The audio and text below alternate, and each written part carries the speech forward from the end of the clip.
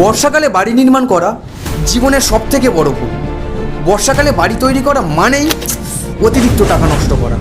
শালা যাই হয়ে যাক না কেন, বর্ষাকালে বিল্ডিং তৈরি করে নিজের বিপদ নিজে আর কখনোই ডেকে আনবো না।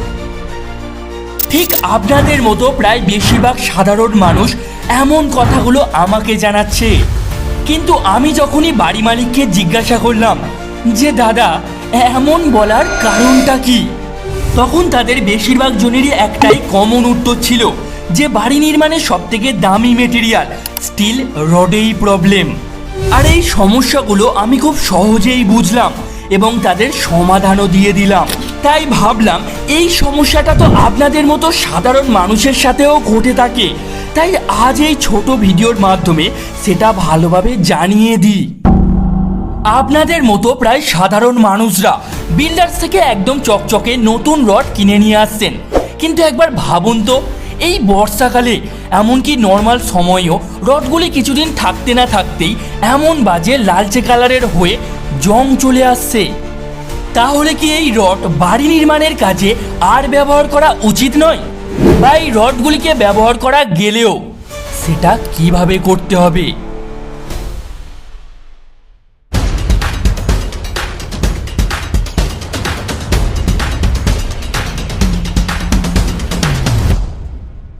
শুনুন, প্রথমেই বলে দিই এই লালচে হয়ে যাওয়া রডগুলি আপনি আপনার বিল্ডিংয়ে ব্যবহার করতে পারবেন, তবে শুধুমাত্র এই কথাটা শুনে ভাববেন না যে আপনি পুরো বিষয়টা জেনে গেলেন। কারণ প্রথমেই কেয়ারফুলি বুঝুন রাস্ট আর করোজনের মধ্যে পার্থক্য কি। বাড়ি বা বিল্ডিংয়ে ব্যবহার করা স্টিল বারে আয়রন থাকে, যা মাটি বা ময়েশ্চার বা জলের সংস্পর্শে এলে অক্সিডেশন প্রক্রিয়ার মাধ্যমে সেটাতে রাস্ট পড়ে, অর্থাৎ এই যেমনটা লালচে কালার এখন রডের গায়ে দেখতে পাচ্ছেন, আর এটাকেই প্রাথমিক অবস্থায় রাস্ট বলে। কিন্তু যখন আপনি স্টিল রডের গায়ে হাত দিয়ে ঘষবেন এবং তখন যদি আপনার হাতে এমন গুঁড়ো গুঁড়ো লোহার কণা দেখতে পান, তাহলেই ভাববেন আপনার বাড়ির রডে করোশন অর্থাৎ জং এসে গিয়েছে, যেটা খুবই ক্ষতিকর। তবে সিভিল ম্যাটার্স চ্যানেল কখনোই শুধু খারাপ বা সমস্যাগুলো তুলে ধরে না, তার সাথে সলিউশন অর্থাৎ সমাধানটাও বলে দেয়।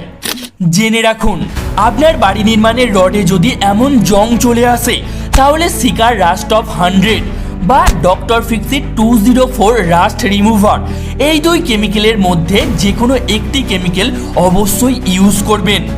এবং এই কেমিক্যালের ব্যবহারটাও তো খুবই সহজ। প্রথমে রডের ওপর কেমিক্যালটাকে এমন ব্রাশ দিয়ে লাগিয়ে দেবেন, তারপর 20 থেকে 30 মিনিট বাদে একটা কাঁটা তারের ব্রাশ নিয়ে রডগুলিকে ভালোভাবে ঘষে জল মেরে ওয়াশ করে দিলে দেখবেন খুব সহজেই রডের জং প্রায় একদম বেশিরভাগই পরিষ্কার হয়ে যাবে।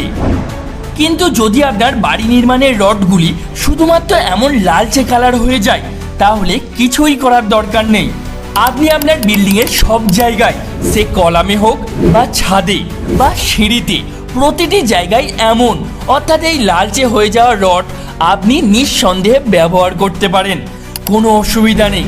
হ্যাঁ, ঠিকই শুনলেন, কোনো অসুবিধা নেই। শুধুমাত্র এটুকু যত্ন নিলে আপনার বিল্ডিংয়ের জন্য খুবই ভালো হবে। রডগুলিকে বিল্ডার্স থেকে আনার পর একদম সরাসরি মাটির সংস্পর্শে রাখবেন না। রডের দুপান্তে দুটি বড় কাঠ দিয়ে বা নিচে মোটা প্লাস্টিক বিছিয়ে তারপরই রাখবেন, এবং যতটা পারবেন চেষ্টা করবেন যে সব রকম জল থেকে আপনার বাড়ি নির্মাণের রডগুলিকে দূরে রাখা। এই ভিডিওটি এখানে শেষ হলেও বর্ষাকালে বৃষ্টির জলের হাত থেকে নিজের বাড়ির ছাদকে বাঁচাতে, পরবর্তী 100 বছর পর্যন্ত আপনার বাড়ির ছাদকে একদম নতুনের মতো মজবুত রাখতে অবশ্যই আমাদের চ্যানেলের এই সহজ পদ্ধতির জলছাদের ভিডিওটি দেখে আসুন। এরকম আরও নলেজফুল ইনফরমেশন সহজভাবে জানতে বা বুঝতে চাইলে অবশ্যই চ্যানেলটিকে সাবস্ক্রাইব করে রাখুন। ভিডিওটি ভালো লাগলে লাইক করবেন, আর কোনো রকম প্রশ্ন মনে জাগলে অবশ্যই কমেন্ট বক্সে জানাবেন। আমি উত্তর দেওয়ার যথাসাধ্য চেষ্টা করব। ধন্যবাদ।